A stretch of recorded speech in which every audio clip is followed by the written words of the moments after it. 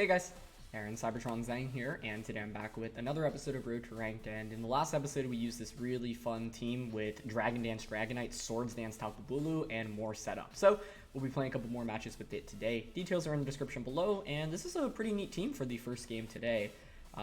See Cresselia and Landorus, that feels like 2013, Dragapult, Venusaur, Porygon, and Urshifu. So I wouldn't be surprised if this was a special, or at least a mixed Dragapult with it having max flare to set up the sun for Venusaur. That'd actually make a lot of sense to me. Otherwise, it's pretty interesting to see Venusaur on that composition.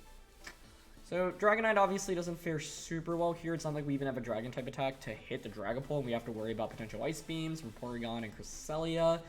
They don't have great Ghost Resists. Their only one is going to be Urshifu, should it be the Dark type one. So it feels like it's probably an early Spectrier game. Like, it's pretty free for us to just lead Spectrier Clefairy. Incineroar is somewhat interesting here because of Taunt.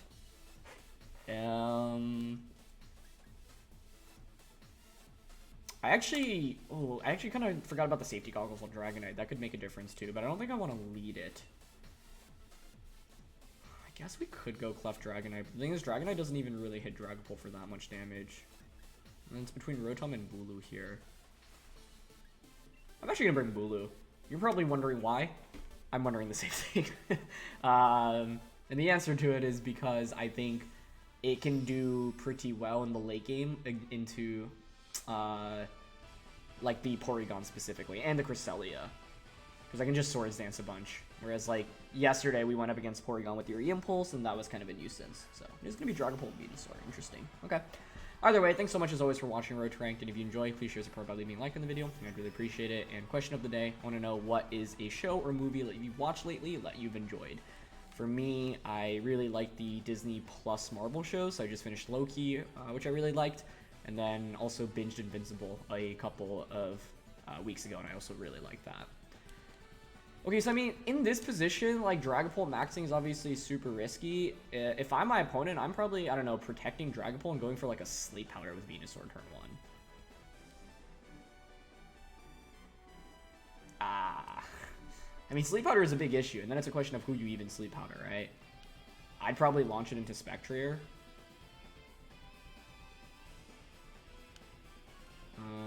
Okay, so then it's a question of whether or not you're Focus Sash here. I'm actually just going to Helping Hand Phantasm Venusaur turn 1. Okay, so they're not maxing Dragapult, which is good. Yeah, I mean, I do think it might be Sash Venusaur, but, like, the only way this backfires on us is if you're Focus Sash and you Sleep Powder on turn 1. If one of the two outcomes don't happen, then this is actually a really good turn 1 for us, I would say. Well, it still depends on what Dragapult goes for, but... Alright, so they're going to max Venusaur. I'm fine with that, I think. Does Dragapult get Sunny Day? I don't think so, right? It could be self-proc weakness policy, which would be really interesting. But I'm pretty content getting a huge Phantasm off turn 1, because this is just in KO range in the next turn. The only downside is that we can't decrease Dragapult's speed, but because I clear body. Okay, they go for Helping Hand. I'm fine with this, all things considered, I feel like. As we trade Helping Hands. I mean, they're probably just Vine Lashing into the Clef slot. Although, I could see you targeting Spectre, expecting the Clef to protect in this position. Pretty good damage on Venusaur. Not enough for a KO, though. But we have Dragonite, which can actually just come in and dual Wing Beat that, which is kind of sweet. Oh, they actually go for Ooze. Okay. Is that KO? Wow, it does manage to pick up the knockout. Okay. That was a crit. I actually don't think you KO without the crit there, but I could be wrong. Okay. Unless they're Life Orb, which definitely could be the case. They seem to be pretty bulky, so I'm very curious on the item. It's not Life Orb, so it's a little frustrating of a crit, but that's okay. The reality is that our Spectre is still in a pretty good spot, to be honest. So I get Dragonite out here. I think here I'm content to just go for a Phantasm. This is clearly support Dragapult. So I'm down to just Phantasm into the Dragapult and then go for a dual Wing Beat here onto Venusaur. It could be Sash Dragapult now that I think about it. Nah, they have an Urshifu in the back. I think Urshifu is going to be sashed here. Now, they could switch Dragapult out into Porygon, but if they do that, it's not even that bad for us. Okay. You could do that as well, but... yeah. I mean, that now the Phantasm just gets redirected into Venusaur, and I think that KOs, right? Cool. Works for me. Okay, so we have more turns of Dynamax to play with, and they didn't go for Vine-Lash turn 1, which means they didn't get the best part of Venusaur off, which was obviously the, the residual damage from Vine-Lash. Okay, so Dragonite's now also in a really interesting position, right? Unfortunately, we don't get a defense drop on the Dragapult, but Dual Wing Beat still does over 50% Citrus Berry as well. Okay, so Citrus Helping Hand Ally Switch. Okay. I really don't think it has Phantom Force. Like, the one risk in targeting Dragapult is going for... and they bring out Porygon, which is fine. Well, I guess Porygon's pretty scary because you can Trick Room right now with it. But I can give myself a special defense boost via Max Quake. I'm not going to Phantasm here because I think it's pretty likely they actually Ally Switch. What's their last one going to be? I would think Urshifu, but right now I like the idea of getting a special defense boost. If I'm Dragapult, I'm probably Ally Switching here and then Trick Rooming with Porygon. I like Max Quake and a Dragapult to get a special defense. Well, if we could pick up a KO, actually... I mean, Ally Switch does make this more variable. I don't want a Phantasm. Yeah, I think I will Quake here just because of the potential Ally Switch that can come out right now. And I'll do a Wing Beat. I'm fine with that. Okay, they do go for Ally Switch. Wait, what? Not the Ally Switch I was expecting.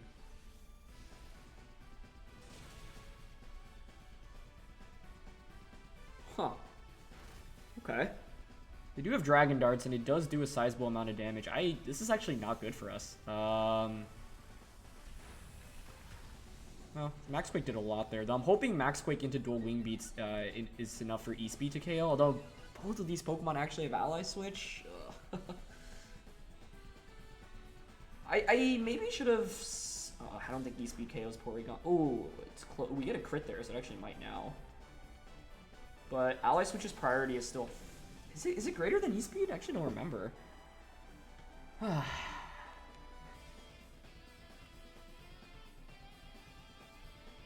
I can't believe both of them have Ally Switch. Okay, I'm going to Shadow Ball and E-Speed into the Porygon slot. If they Ally Switch, then... Okay. Hopefully this KOs. Okay, good. Nice. We should survive a Dragon Darts here on the Spectrier. They'll KO Dragonite, but it's going to be a 2v1 in the end, right? And I'm pretty confident in my Tapu Bulu against most of their remaining Pokemon. So as long as like this Darts doesn't crit us, we're in a pretty good spot. Okay, nice. Spectrier survives. This also gives us a special attack boost, which is obviously pretty handy. And this is one of the upsides of Tapu Bulu. The original team creator mentioned that they like it a lot because it matches up well into a lot of common Pokemon, like Rillaboom and Urshifu, for example. What did my opponent have remaining? Landorus, Cresselia, Urshifu. None of those really match up super well into Bulu. Scarf Landorus is probably the scariest out of those three that I just mentioned, but I think if it's Cress or... okay, it's going to be Landorus, so hopefully it's not Choice Scarf. But even if it is, I mean... I think here I can just go for Shadow Ball into... Do I want a Swords Dance? And the reason I'm considering Swords Dancing is because I'm intimidated, and they might click... No, you're never going to click Fly the first time around here, right? Because we have the special attack boost... We have two special attack boosts, actually. I think it's better to just go for Shadow Ball here. And... What if there's Scarf Fly, actually? If they're AV, you click Rock Slide, and then you fly. So I think I will just Horn Leech here instead. And they're not Scarfed. Okay. Yeah, I was going to say, the odds of them being choice... Like, Scarf Landorus is so uncommon in this format. And that's enough to just one-shot. Okay, brilliant. But, I mean, this ended up being a scarier game than I expected just because of the double ally switch. I mean, the first one on Dragapult didn't, like, help us more than anything because it allowed me to actually just pick up the KO onto it. In the end, like, you know, my opponent didn't have that much damage, right? When you're clicking ally switch, obviously, you're not doing damage for that turn. But the Porygon ally switch was actually pretty cheeky. And without that critical hit on Porygon from the second dual Wing Beat, I'm actually not sure Extreme Speed would have KO'd and then would have put us in a pretty tricky position, actually. Because then I have to call, like, yeah, like, I made that play with full confidence, basically covering for every option. The E-Speed plus the Shadow Ball double up onto the Porygon, but I mean, this is why Ally Switch can be a really scary move to play against. So, fortunately for us, it ends up working out. Yeah, I honestly think Clefairy maybe survives that turn 1 if it doesn't get crit by Max Ooze, but I'm not 100% sure. And if Clefairy survives, then I feel like the game is honestly just over right from the start, just because we had such a strong turn 1. But in the end, both Dragonite and Bulu were pretty nice to have in the back, and you can see how good Spectrier can be, right? Especially if it actually manages to pick up some knockouts while Dynamaxed. It just puts it in such a commanding position. So let's get into the second game here. Pretty high-ranked opponent. Feels like it's all really just Japanese players at this point on the ladder, but that makes sense, right? A lot of players, especially from NA, EU, Latin America, Oceania. I mean, all the major like regions that are covered by TPCI. I'm sure a lot more invested in Series 10 at this point and just practicing and getting started with it. So yeah, this is a really cool team though. They got Vaniullxe and Thundurus-T, as well as Blastoise, Entei, and Landorus. It is really interesting to see like Blastoise have such a rise in Series 9 after not that many people use it in 7. They don't have a Ghost Resist, so once again, I think Spectre is going to be solid. Tailwind is pretty scary from that Whimsicott, so I am nervous about that. I could go like Incin plus Spectre, fake out Phantasm turn 1, but there's a decent chance that the Whimsicott is Protect. But the other interesting thing here is because they have Vaniullxe on their team, I'm actually not sure that Whimsicott's going to be Focus Sash. Like, Eject Button could actually make a lot of sense here.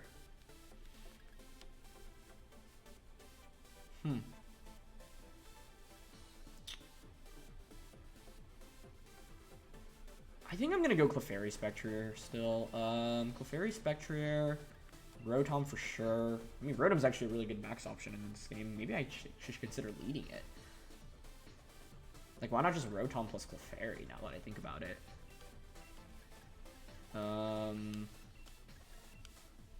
Okay, Rotom, Clefairy, Spectrier, and Dragonite. I don't know. Like, Incin is really weird here, where, like, I can't intimidate anything pretty much other than the Landorus. It does offer me Fake Out, but it's so weak to Blastoise that I almost think my opponent maybe baits me into leading Incineroar and just leads with their Blastoise. And if they do that, then the Rotom can just nasty plot turn 1 as we follow me. It's going to be Whimsicott and Vaniullxe. Okay, that actually works for me. Yeah, it's actually not bad at all. Now, like I said, there is a chance, like, if you're leading this, I'd be very surprised if Whimsicott's going to be, like, the item on Whimsicott, right? I think Eject Button is probably most likely here, TBH. I think I'm just going to go for a Follow Me here. Like, yeah, I can Protect, but I do want to potentially bait out a Eject Button. Well, they wouldn't trick it turn 1 anyway, right? Hitting a Sing here would actually be huge. I'm just nervous about them like going for Trick onto Vaniullxe. Actually, this is definitely Trick stuff. Because it's going to be Scarf Vaniullxe, I think, most of the time here. So, okay. I'm down to just follow me and Nasty Plot here. Because Rotom is just so good into my opponent's team, right? Even if it's not Trick, what's the worst case? Taunt? Fake Tears? Yeah, they go for Taunt. Although, ooh, Taunt is an issue if they Trick turn 2. They are Scarfed. Okay, I actually really don't like this then. I think it's definitely Trick Eject Button.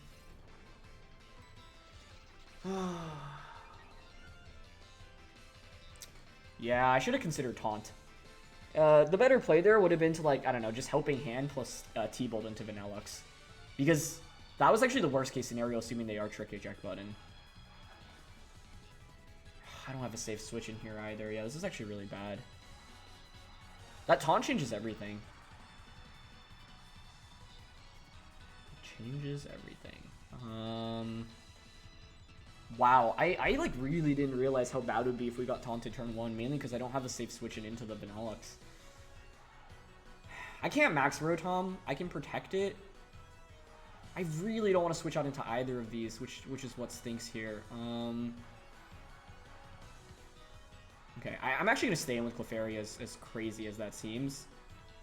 Hope that they go for the Trick here. Oh, they just Dazzle. Okay, so maybe they're not even Trick Eject Button then. That could be the case as well, but that's actually really good. Oh, it's not even Scarf Vaniullxe. Wow. Wow, okay. Maybe they are Trick, by the way. It still definitely could be the case. But there's no way I could risk maxing there. I mean, getting a T-Bolt off here is pretty good, but they did way more damage than I would have liked, right? Is that Focus Sash? Wait, they literally just hung on with 1 HP? Well, Clefairy actually finishes it off, which is kind of neat.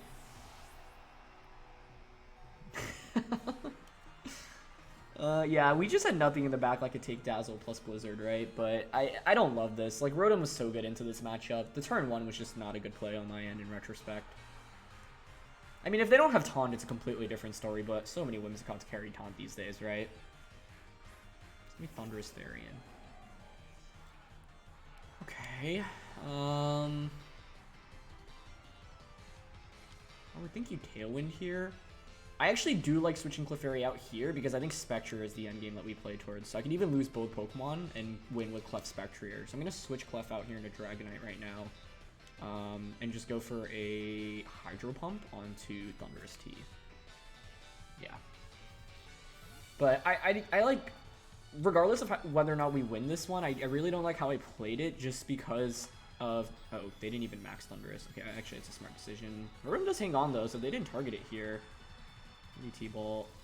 Okay, they do finish off Rotom. Now, importantly enough, they did not go for... what is the item on Whimsicott? And also, are you Fake Tears? That's my other fear.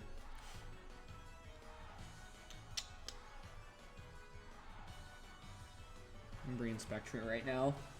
I mean, I could have brought out Clef, but I don't think Clef offers me enough. So Tailwind would make a lot of sense here. Fake Tears Max Lightning is scary as well. Tailwind Max Lightning is slightly threatening. I do have Extreme Speed. I do think E-Speed Phantasm will KO the Thundurus.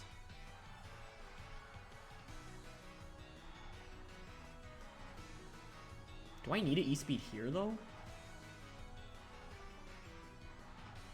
I would need an E-Speed if they're going for Fake Tears and Lightning into Spectrier, but honestly, I think I like Extreme Speed here into Whimsicott, Dynamax, and then Phantasm into Thundurus. Now, Phantasm gets a defense drop on both of these as well. But, I don't know, I guess I'm hoping to see them max Thundurus here. Yeah, I'm not really happy about how I played this one. Especially because, like, the lead looks so good, right? But, yeah, they had Freeze Dry, they weren't Scarfinellux. Curious on the item on it. Maybe it was never Melt Ice? Huh. They don't... Is it eject? What?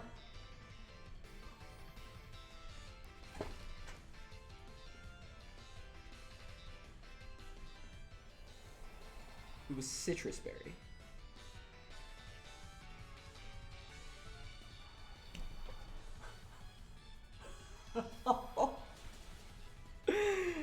And they have Weather Ball. They do. Okay, well, I was never going to see that one coming.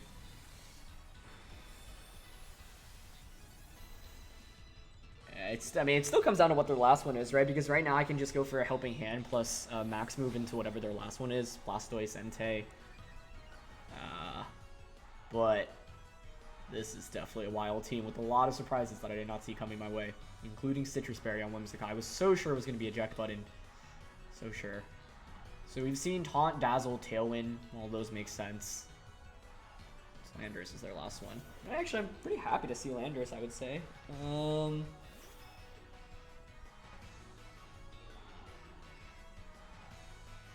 I'd probably lose, though. They just go Dazzling Gleam, Max Quake right now, right?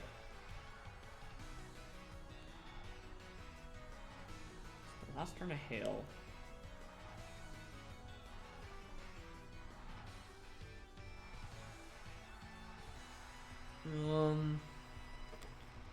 You're gonna be faster, so Dazzle will KO Clefairy. You should Dazzle Quake into the Clefairy slot.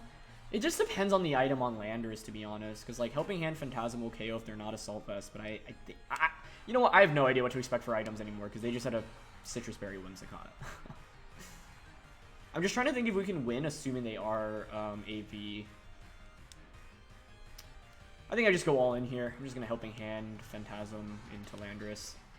Yeah, the Weather Ball is actually the biggest surprise of all of that. Because if it's just Thunderbolt there, you don't KO us, and then Extreme Speed can likely KO Whimsicott or Thundurus right at that point. And actually being able to KO Whimsicott's a really big deal. So, yeah, Weather Ball, Thundurus-T. Sick. That's awesome, though, honestly, so I can't even be mad. Okay.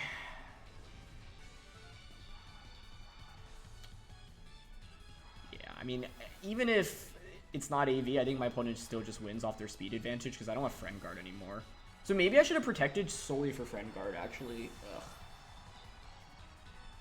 Yeah, the Max Quake. How much does this do? It's enough where, well, I'm not actually sure a Dazzling Gleam KOs right now. And a Shadow Ball should KO. They're not Life Orb. Yeah, I'm pretty sure they're going to be Assault Vested here. Oh, that was so close. So close. Yeah, with the Hail stopping, I actually don't think single target Dazzle from Whimsicott KOs, so I think that was the right play to make, and unfortunately it was either a damage roll or we just never pick up the KO there, but what a game. Well played. Well played.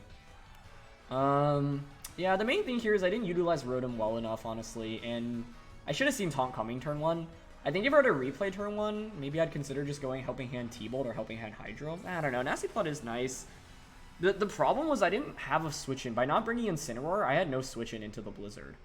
But, yeah, this was one where it feels like I honestly had the matchup and my opponent just executed better than I. And obviously had some really big surprises, mainly the Citrus on Whimsicott and more so the Weather Ball and Thundurus-T. Like, I just thought that I wasn't going to lose either Pokemon that turn unless they committed a Dynamax, and they committed Dynamax there. It's actually in our favor. So, Weather Ball Thundurus-T coming through, and I don't think I've actually ever seen that before. Now, we used Weather Ball Landorus-T a while back, so, you know, it's not like the first time I've seen this concept, but still really cool. And well played by my opponent, so kudos to them, especially for how good the lead looked. But that's the downside with Clefairy here with no offensive attacks. A single taunt, and you are in really bad shape. So, let that be a lesson. Okay, pretty strong hyper offense here from my opponent in this one. We both have Spectriers. How do I feel about Clefairy Spec? Rotom's a little bit scary here because it's like even if I get set up, they can just bring in their Bulu. Man, I almost want to Dragon Dance with Dragonite, to be honest. Kind of want to give it a shot. Like Clefairy Dragonite.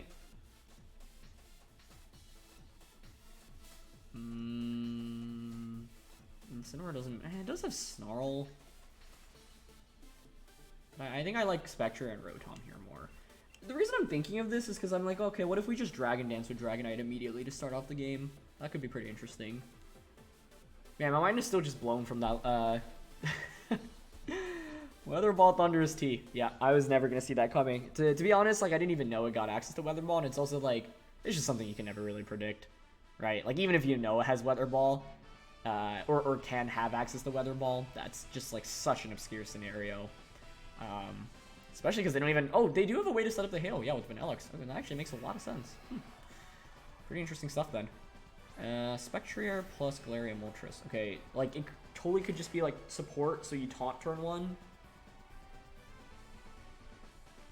You know what's really scary here? Taunt into Nasty Plot turn 1. If you taunt Clefairy and then Nasty Plot with Moltres, that could be a really big deal. I like Dragon Dancing here. I'm honestly kind of down to go for Sing immediately. The thing is, if I'm expecting Taunt from Spectre, it makes sense to protect Clefairy, so then turn 2, I could follow me.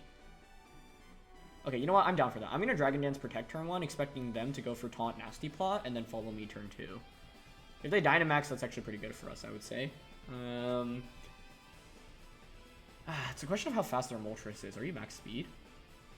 Oh, okay, that's interesting. Wow, so Sing would have been really good here.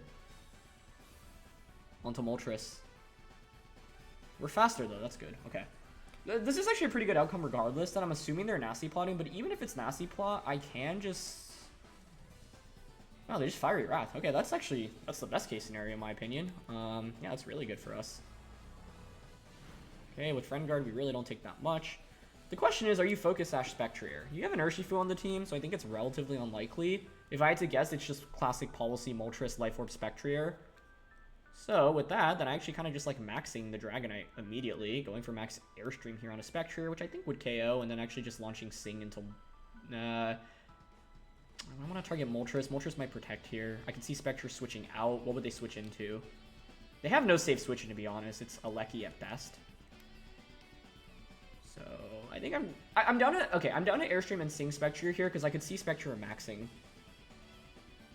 But either way, that was actually a really good turn one. And if anything, I'm guessing my opponent just didn't expect the Dragon Dance. But Fiery Wrath was never going to do too much to us there. So yeah, like I will take that over a Nasty Plot any day. And this is where like Sing is really good for us, where it's like even if we miss, it's completely fine. If we hit, it probably just wins us the game. So they were going to commit a Dynamax here. I'm curious whether it's Spectrier or Moltres. Best case is like Moltres protects. Spectrier just goes for Phantasm. After an Airstream, alright, they're going to max the Moltres. Yeah, fine by me. This is the only awkward thing though, I guess, because I did not split my damage or my Sing. So if it's actually Focus Sash Spectrier, this could actually be a really big issue. But I'd be really surprised if a Sash would protect. It just makes so much sense for this to be Life Orb. Yeah, beautiful. So if we hit the Sing here, I honestly think it's just game over, but let's see. And the main thing is, I don't know, Rotom like feels really good, but it takes a while to get going. Like you need one turn of Nasty Plot at least, right? Okay, they're just gonna Airstream us. That does no damage, honestly. So Dragonite's sitting in a really good spot, +2 speed, +1 attack. If we hit the Sing, which we do, beautiful. I don't think my opponent can come back from this. So this is the upside of Sing, right? Like, when you think about move choices, it's like, okay, what else would I have over Sing? Well, it's going to be Moonblast or Dazzling Gleam, typically. Some people like to run Ally Switch as well.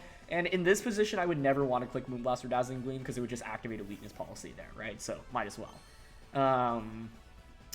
It's like, Sing's accuracy is what, 55%? 55% chance to effectively win the game versus 0% chance of winning the game, right? Like, those can be pretty good odds.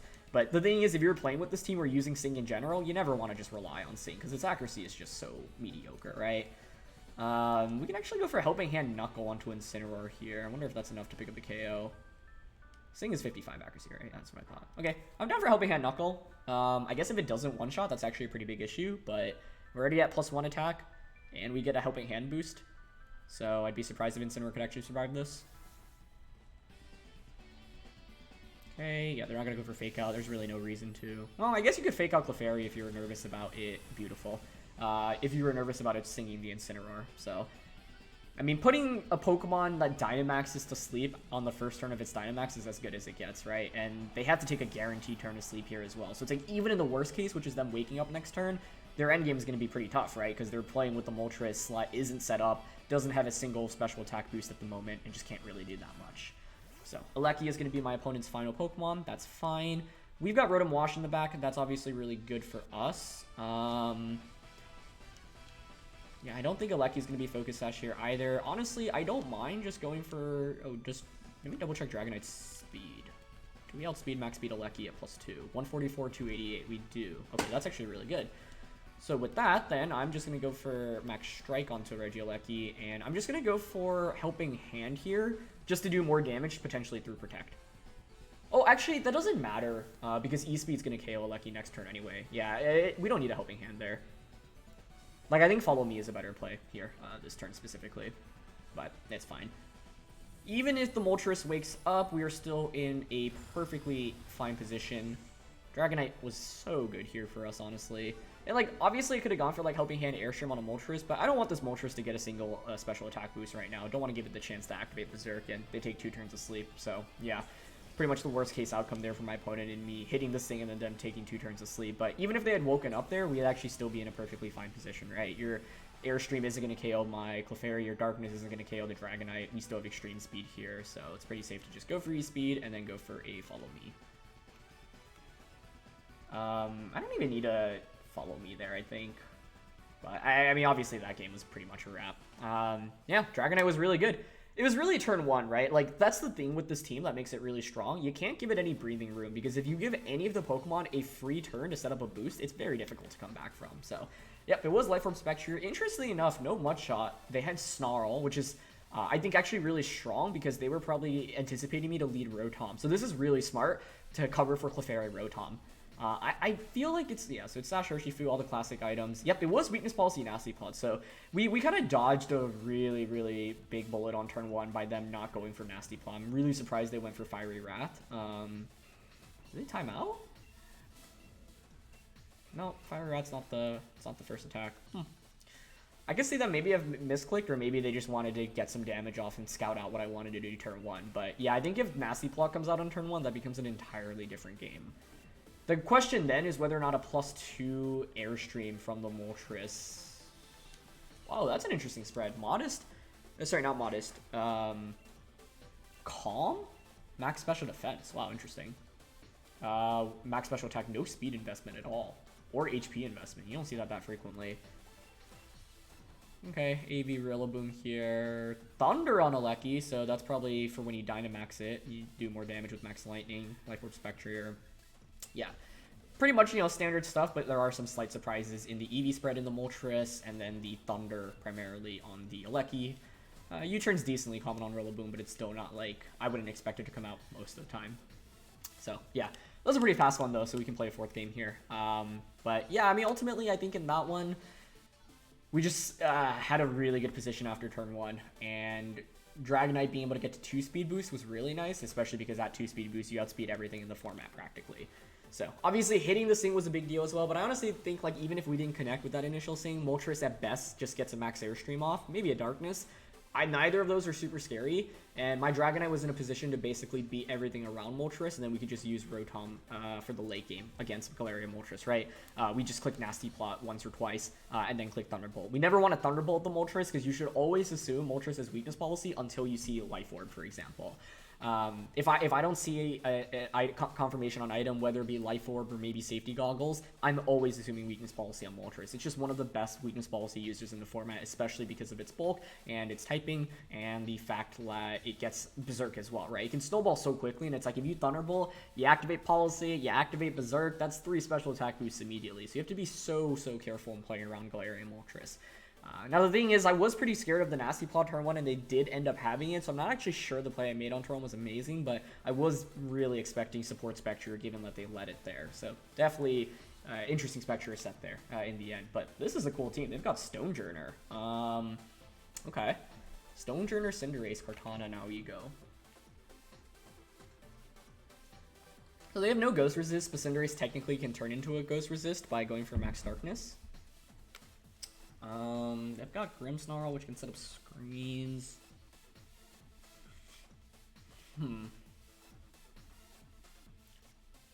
Torkoal's really interesting there, and that indicates to me my opponent wants to just, like, set up the Sun for Cinderace and just, like, blast Pokemon for damage, right?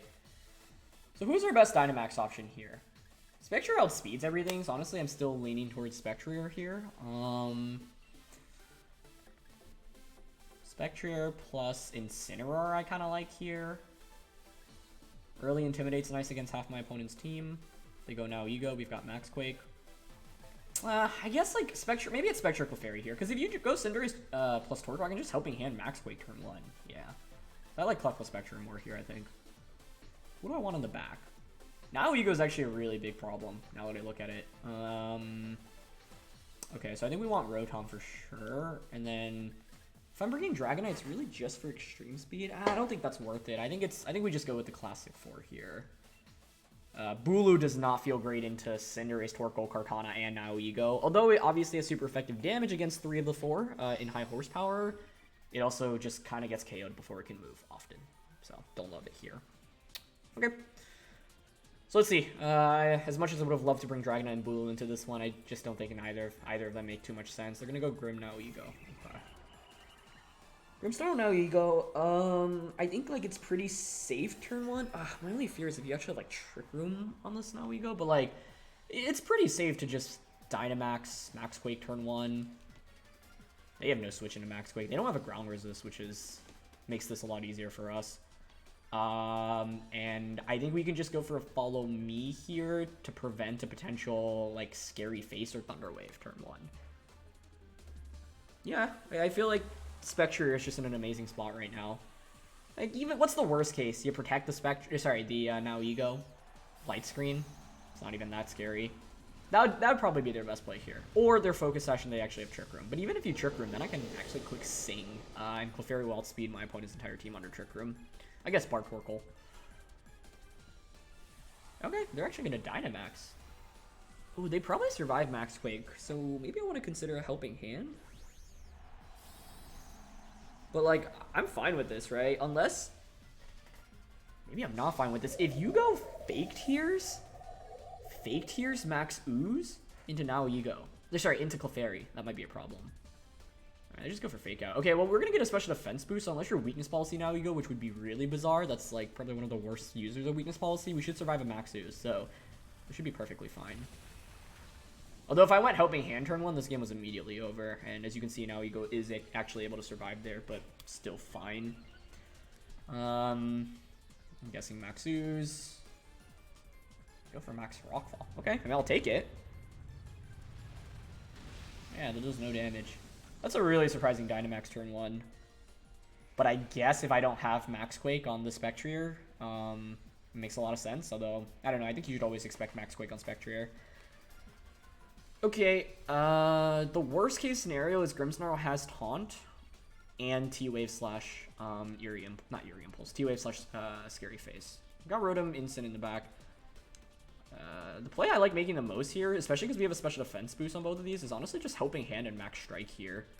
That would KO Grimmsnarl. Now you go Protecting here would make some sense to me. Maybe they don't protect, but it's fine. We already have a special defense boost on both. And then if I drop now you go Speed, then I can just easily KO it with Rotom Thunderbolt. I mean, I guess I have to worry about the Sand being up and it being Dynamax, but it's at 10%. I'd be surprised if T-Bolt doesn't pick up the KO. Okay, so there's Helping Hand. Max Guard.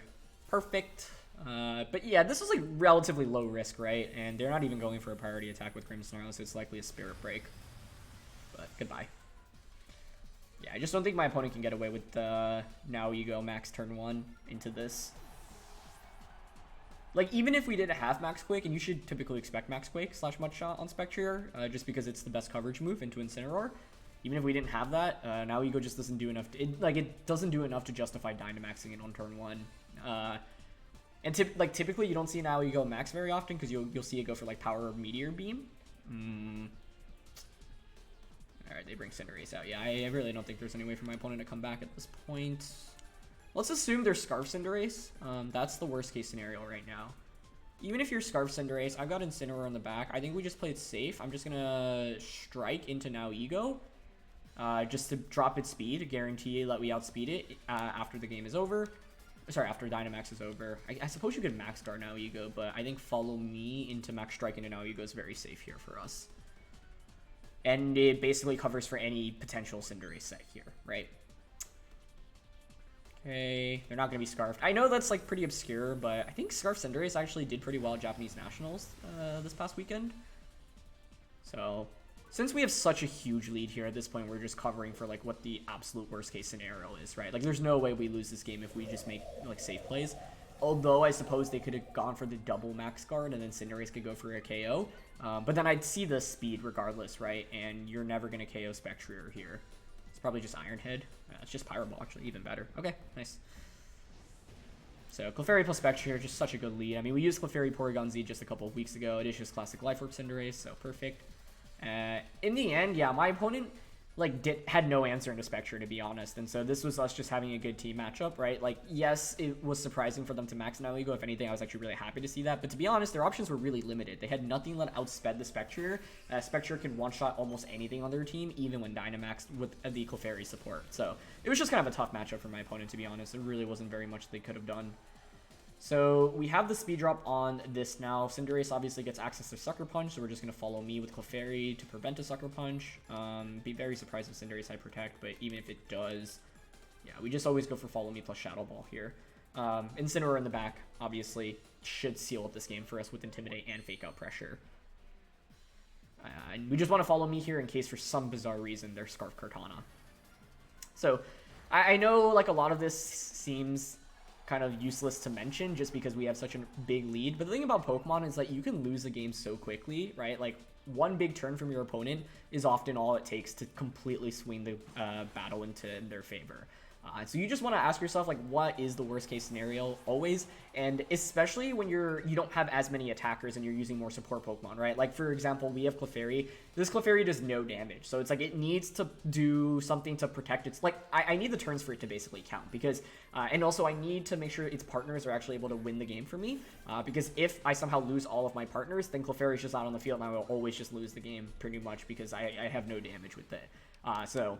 Yeah, that's why we want to just cover for the absolute worst case. But yeah, this was just one in which like Spectrier is just so dominant into this matchup. So, like I'm thinking if I were my opponent choose, what would I even lead into Clef plus Spectrier? It's nearly impossible to beat that, it feels like. But I guess first question is if you have a Focus Sash user somewhere, like Stonjourner, for example, maybe like Cinderace Stonjourner. Nah, even if you go Cinder, I'm just gonna Helping Hand Max Quake turn 1. Kartana, if it's AV, is probably my opponent's best bet. Like Grimmsnarl plus Kartana, with Kartana being Assault Vested. I'm actually really curious if they're AV, so... Actually, +2 Shadow Ball might do enough anyway, even if they're Assault Vested to KO. But I'm curious. If they survive this, then obviously they are AV. But even if we KO, they might have still been Assault Vest. Ah, it was Focus Sash. Okay. To be honest, though, I'm never, like, not never, but AV is just so much more common on Kartana here. So I would have assumed AV. Now, if they led Grim plus Kartana into Spectrier plus Clef, I think that's their best bet at winning because the Kartana can Steel Spike, and I do have to be a little bit worried about Kartana being Assault Vested and not KOing it quickly enough.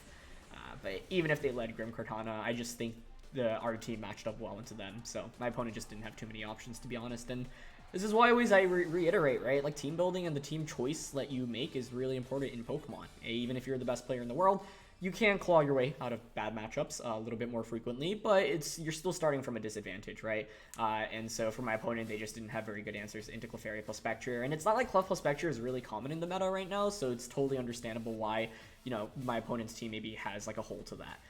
But either way, we were able to exploit it, have a good early lead, and really just carry that momentum all the way towards the end of the game. So yeah, that is going to be it for this one. So thanks so much as always for watching Road to Ranked.